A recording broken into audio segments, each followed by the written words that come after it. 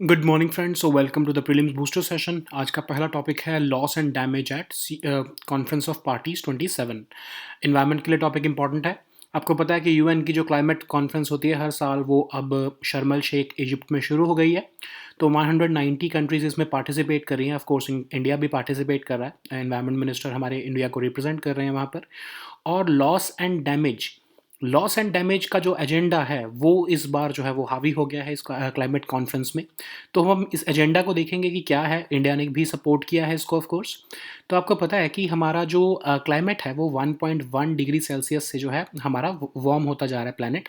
उसकी वजह से क्या हो रहा है कि कुछ कंट्रीज़ को, खासकर जो डेवलपिंग कंट्रीज़ हैं या लीस्ट डेवलप्ड कंट्रीज़ हैं, जिनकी कोई गलती भी नहीं है, जिन्होंने एमिशंस नहीं भी किए हैं, फिर भी उनको जो है भुगतना पड़ रहा है क्लाइमेट डिजास्टर्स की वजह से।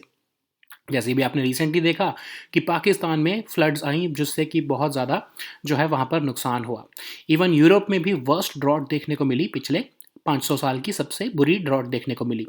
तो जो कम्युनिटीज़ हैं जो अपना घर जो है लूज़ कर रही हैं, अपनी इनकम को लूज़ कर रही हैं, जो फार्मर्स अपनी क्रॉप को लूज़ कर रहे हैं, तो वो कह रहे हैं कि हमारा जो लॉस हो रहा है या हमारा डैमेज हो रहा है, हमको वो चाहिए।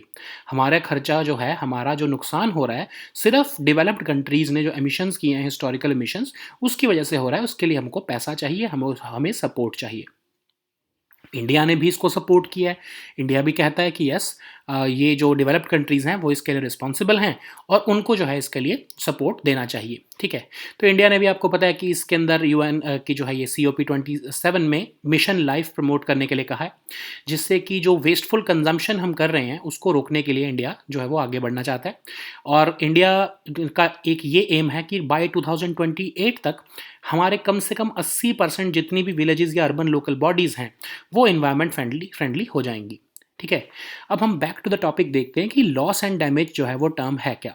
तो यूएन की जो क्लाइमेट नेगोशिएशंस होती हैं उसमें इम्पैक्ट ऑफ क्लाइमेट चेंज को देखा गया, और ये देखा गया कि जो वल्नरेबल कम्युनिटीज़ हैं, जो आइलैंड कंट्रीज़ में रहती है पॉपुलेशन, या जो लीस्ट डेवलप्ड कंट्रीज़ में जो पॉपुलेशन रहती है, जिनके पास जो ऑफ कोर्स जो जैसे मॉनसून पर डिपेंडेंट है, फार्मिंग कम्युनिटीज़, या जो कम्युनिटीज़ जो हैं फिशरमैन की कम्युनिटीज़ हैं, ये सब जो है क्लाइमेट में अगर ज़रा सा भी चेंज होता है तो उससे सबसे ज़्यादा इम्पैक्ट होता है इनके ऊपर। तो इनके ऊपर जो है ऑफ कोर्स ये इम्पैक्ट देखने को मिल रहा है। लेकिन यूएनएफसीसी ने अभी तक इसकी कोई डेफिनेशन नहीं दी है कि लॉस एंड डैमेज होगा क्या। ठीक है। लेकिन ब्रॉडली कहा यह जा रहा है कि इसको हम दो जो है टर्म्स में डिवाइड कर सकते हैं। पहले तो आपके ऑफ कोर्स इकोनॉमिक लॉसेस होते हैं, मतलब आपके नुकसान हुआ है रिसोर्सेज का, गुड्स का, सर्विसेज का। लेकिन नॉन इकोनॉमिक लॉसेस भी तो होते हैं, जान का, माल का नुकसान होना, फिर कल्चर पूरे पूरे ख़त्म हो जाते हैं। इतनी फ्लड आई है पाकिस्तान में, देखो कि कितनी बुरी तरह से जो है नुकसान हुआ है। लोगों को माइग्रेट होना पड़ता है। तो इन सब को हम नॉन इकोनॉमिक लॉसेस की कैटेगरी में डाल रहे हैं। ठीक है।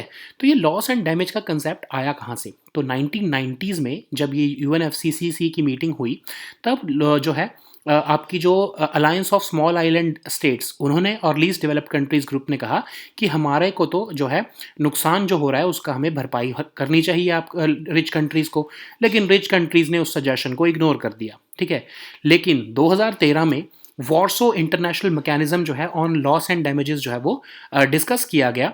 लेकिन उसमें भी रिच कंट्रीज़ ने क्या कहा कि हम नॉलेज तो दे देंगे, हम डायलॉग भी इसके ऊपर करने को तैयार हैं, लेकिन फंडिंग अभी तक हम जो है इसके ऊपर नहीं दी गई है। लॉस एंड डैमेजेस के ऊपर जो भी नुकसान हुआ है उसके लिए पैसा कोई रिच कंट्रीज़ नहीं देना चाहती हैं।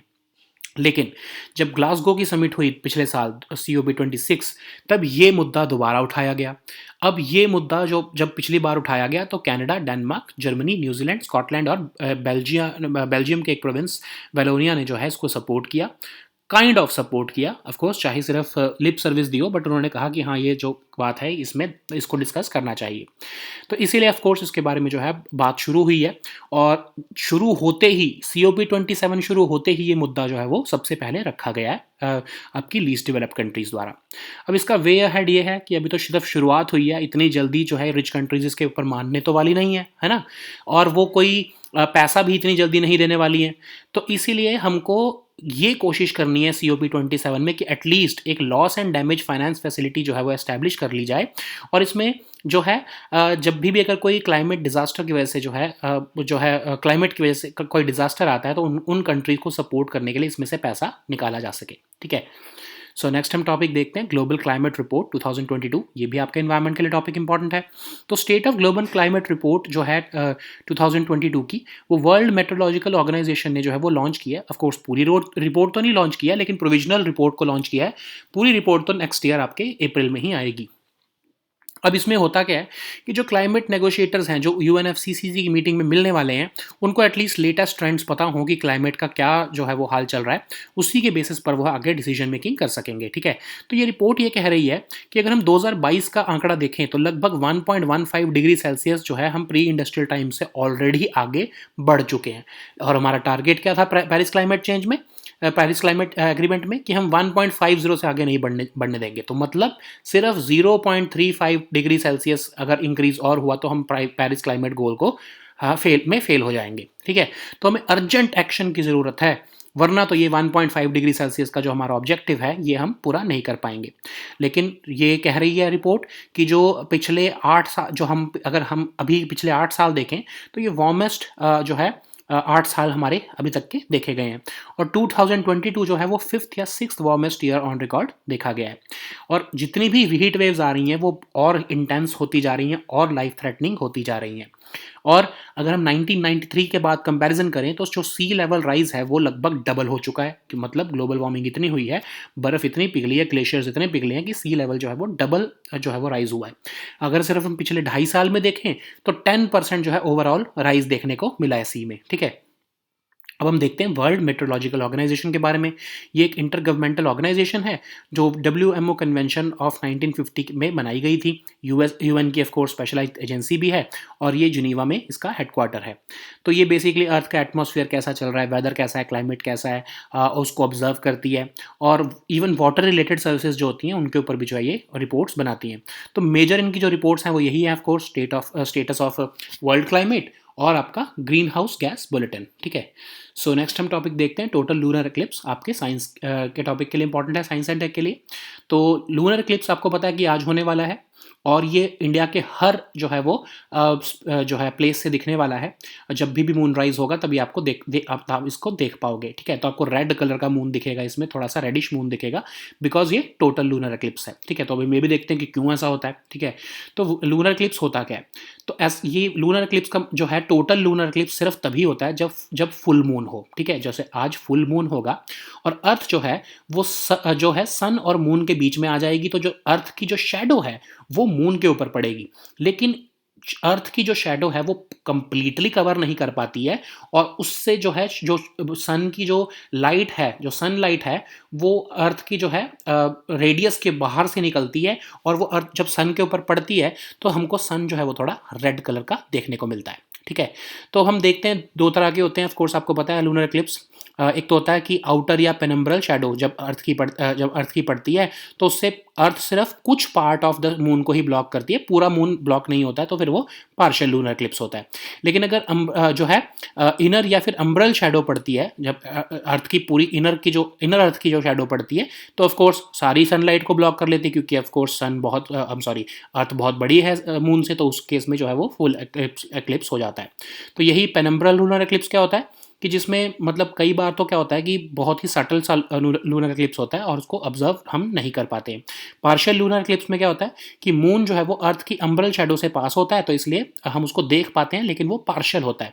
टोटल लूनर एक्लिप्स में क्या होता है कि वाइब्रेंट रेड कलर का हो जाता है मून, जब अर्थ की जो है अम्ब्रल शैडो उसको पास करती है और उसकी वजह से जो है जो सनलाइट जो है, जो कुछ ही सनलाइट उसके ऊपर पड़ पाती है मून के ऊपर, उसकी वजह से जो है वो हमको वाइब्रेंट रेड कलर का देखने को मिलता है, जो आपको आज देखने को मिलेगा शाम को जब मून राइज होगा। ठीक है, सो नेक्स्ट हम टॉपिक देखते हैं सीमा दर्शन प्रोजेक्ट। आपके सिक्योरिटी के लिए भी इंपॉर्टेंट है, गवर्नेंस के लिए भी इंपॉर्टेंट है।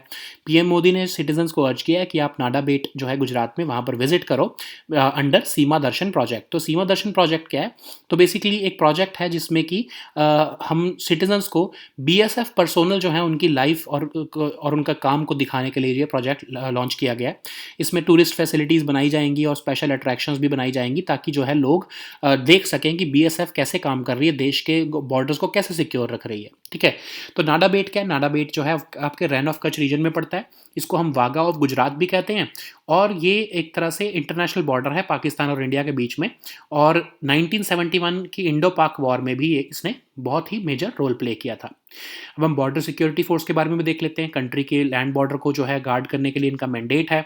1965 की वॉर के बाद पाकिस्तान के साथ ये रियलाइज़ किया गया कमेटी ऑफ सेक्रेटरीज द्वारा कि हमको एटलीस्ट एक परमानेंट फोर्स चाहिए जो कि इंडिया पाकिस्तान के बॉर्डर को गाइड कर सके, और ऑफ कोर्स इंडिया और बांग्लादेश के बॉर्डर पर भी बीएसएफ ही तैनात है। तो ये बीएसएफ जो है आपके मिनिस्ट्री ऑफ होम अफेयर्स के अंडर आती है। इनकी अपनी खुद की एक एयर विंग भी है, मरीन विंग भी है, कमांडो यूनिट्स भी हैं और इवन आर्टिलरी रेजिमेंट्स भी हैं, और लगभग 2 लाख पर्सोनल इसमें सर्व कर रहे हैं। नेक्स्ट हमारा टॉपिक है snow leopard population assessment of India. Environment के लिए टॉपिक इंपॉर्टेंट है। तो पहली बार जो है स्नो लेपर्ड को जो है बाल्टाल जोजिला रीजन जो है कश्मीर और लद्दाख का, वहाँ पर जो है वो जो है देखा गया है, और वहाँ पर उसकी जो है पॉपुलेशन को रिकॉर्ड किया गया है। तो पहली बार जो है जम्मू कश्मीर और लद्दाख के हायर ऑल्टीट्यूड्स में जो है स्नो लेपर्ड को जो है रिकॉर्ड किया जाएगा। तो ऑफकोर्स हम आपके लद्दाख, हिमाचल प्रदेश और उत्तराखंड में इस सर्वे कर रहे हैं, और बाल्टाल जोजिला रीजन को भी ऑफकोर्स कश्मीर के उसको भी कवर किया जा रहा है, क्योंकि वहाँ पर भी कहा जा रहा है कि ये पॉपुलेशन स्नो लेपर्ड की है, ठीक है। तो इसको हम कह रहे हैं स्नो leopard population assessment of India, जो कि department of wild life protection जो है वो कर रहा है, और इसको फंड कौन कर रहा है, मिनिस्ट्री ऑफ एनवायरनमेंट, ठीक है। तो ऑफकोर्स हिमाचल प्रदेश और उत्तराखंड की असेसमेंट हो चुकी है पॉपुलेशन की, अब जो है कश्मीर और लद्दाख की बारी है। तो snow leopard population assessment of India के बारे में इंडिया के बारे में भी देख लेते हैं। तो जब इंटरनेशनल स्नो लेपर्ड डे था 23 अक्टूबर 2019 को, तो इस दिन इसको लॉन्च किया गया था, और मोटिव ये था कि हम ऐसे सर्वे करें और हम कोशिश करें कि हम स्नो लेपर्ड की पॉपुलेशन को डबल कर लें, ठीक है। तो पहले स्टेप में जो है आइडेंटिफाई करना था कि कौन से एरियाज़ की में जो है सर्वे किया जाएगा या असेसमेंट की जाएगी पॉपुलेशन की। दूसरे स्टेप में जो है रीजनल डेंसिटी की एस्टिमेशन भी देखी जाएगी। तो ऑनलाइन टूल्स का यूज़ करते हुए इस पूरे असेसमेंट को किया जा रहा है।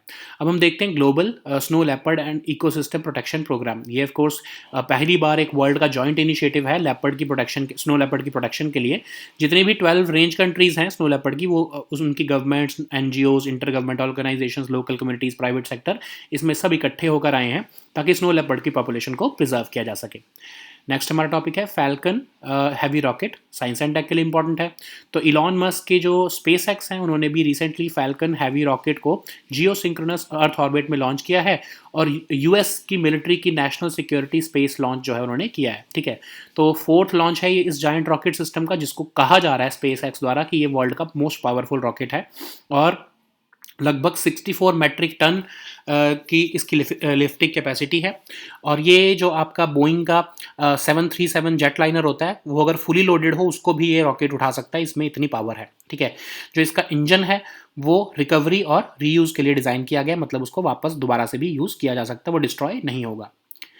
नेक्स्ट हम टॉपिक देखते हैं China's long March 5B।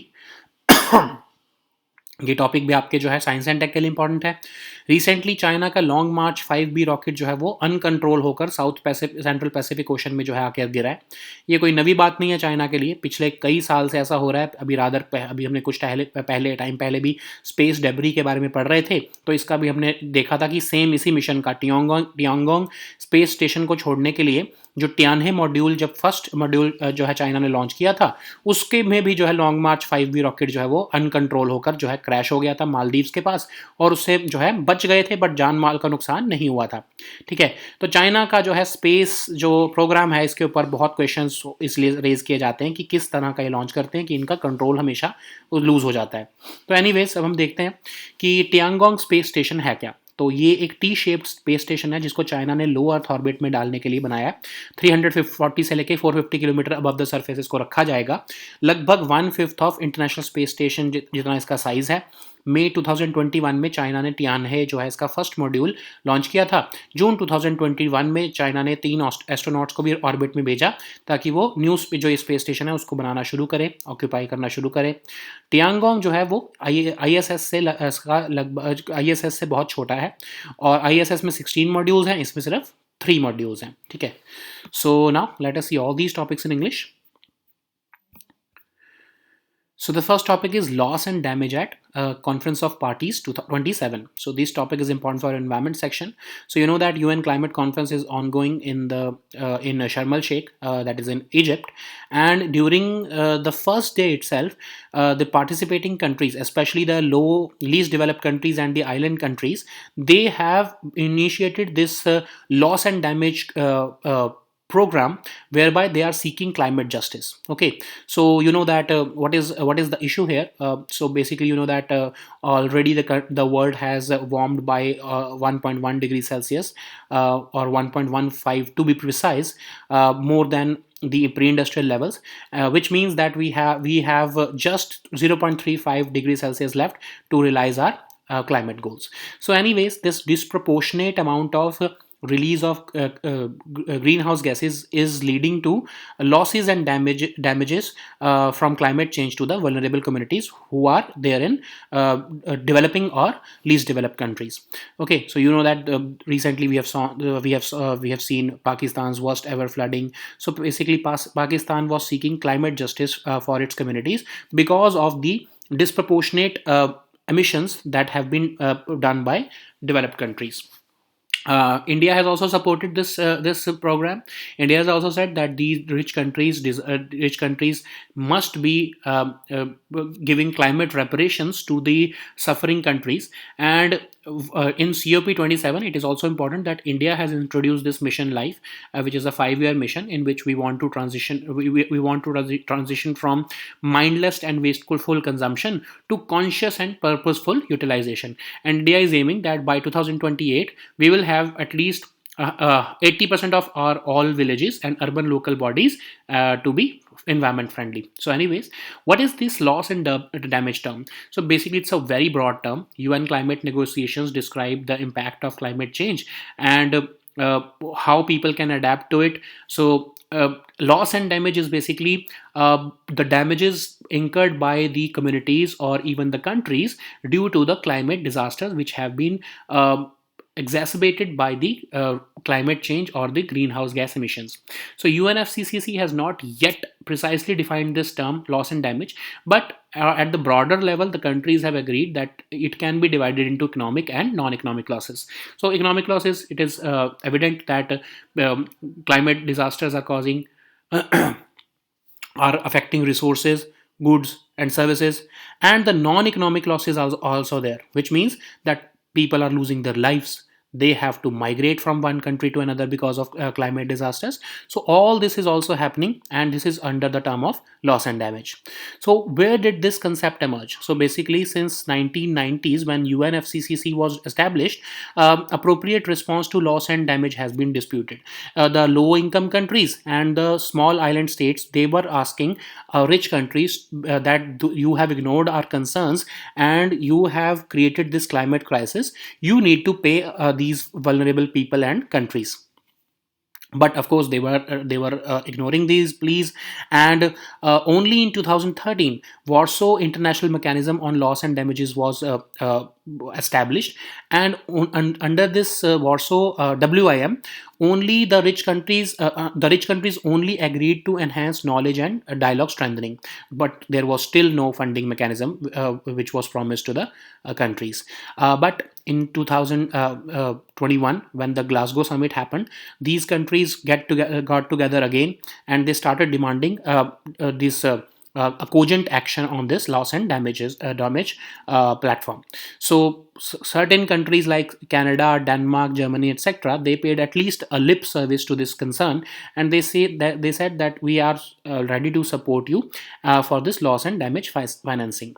So of course, it is just the beginning. Of course, rich countries are not going to pay us very soon, but for that, COP27 must be the bedrock for establishing at least the loss and damage finance facility, so that in future, if any country like Pakistan has suffered recently, if any country suffers from a climate induced disaster, then at least the funding would be available from this facility, and they can be supported from from this facility to these least and developed countries, developing countries.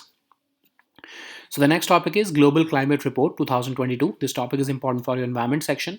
So recently, World Meteorological Organization has released the provisional report of State of Global Climate 2022. You know that this report generally comes in April or May period, and that's why this is a provisional report. And this provisional report has only been released so that the people or the negotiators who are participating in the COP27 will have an overview about the latest trends in climate change. Okay, so this report is saying that almost 1.15 degrees Celsius higher than pre-industrial times temperature has been already been witnessed, which means that we have just 0.35 degrees Celsius window available before we can fail ourselves in the Paris climate goals. So of course it is very difficult to meet the goal of 1.5 degrees Celsius, which we agreed upon in the Paris Climate Change Agreement in 2015. And this report is also saying that greenhouse gas concentrations are increasing. 2022 will possibly be the fifth or sixth warmest year ever recorded. Also, heat waves have become more intense and life threatening. Rate of sea level is rising since 1993, and it has doubled since 1993. The past 2.5 years have account for 10% rise or the 10% overall rise in sea level. So the situation is worsening. We need urgent climate action. So what is World Meteorological Organization? It's an intergovernmental organization which was established by the ratification of WMO convention in 1950. It's a specialized agency of the United Nations, and it is headquartered at Geneva. Of course it assesses the state and behavior of Earth's atmosphere, weather, climate, and even water-related services. So these are the two major reports that are published by WMO: Status of World Climate and the Greenhouse Gas Bulletin. So the next topic is total lunar eclipse. This topic is important for your science and tech section. So you know that today there will be a total lunar eclipse, and it will be visible from all places of India. So you know that lunar eclipse occurs when Earth comes into in between the sun and the moon. So the shadow of Earth falls on the moon, leading to the lunar eclipse.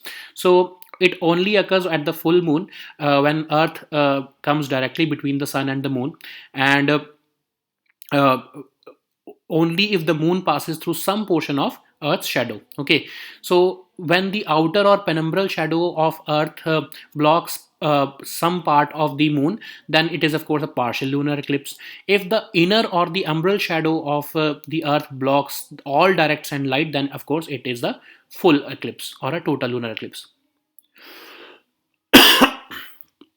So what are the types of lunar eclipse? So first is of course the penumbral lunar eclipse, in which the Earth's penumbral shadow, which is the outside shadow, falls on some part of the moon, and sometimes the lunar eclipse is not even visible to us, and only the academicians or the researchers can witness it through specialized telescopes.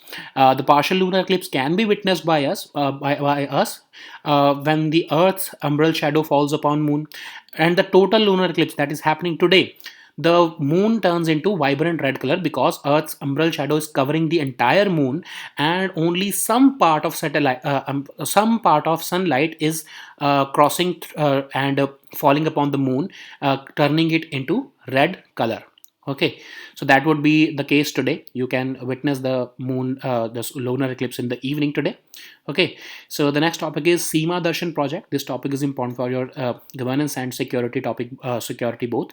So PM Modi has recently urged citizens to visit Nadabet, which is a under the Seema Darshan project. So Seema Darshan project is basically a project in which we are providing opportunity to the people of India to visualize the life and work of BSF personnel who are deployed on our borders.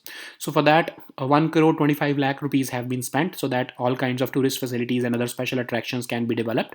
And this Nada Bait is located in the Rann of Kutch region. It is also known as Wagah of Gujarat, and people will be provided the facility to view the international border with Pakistan.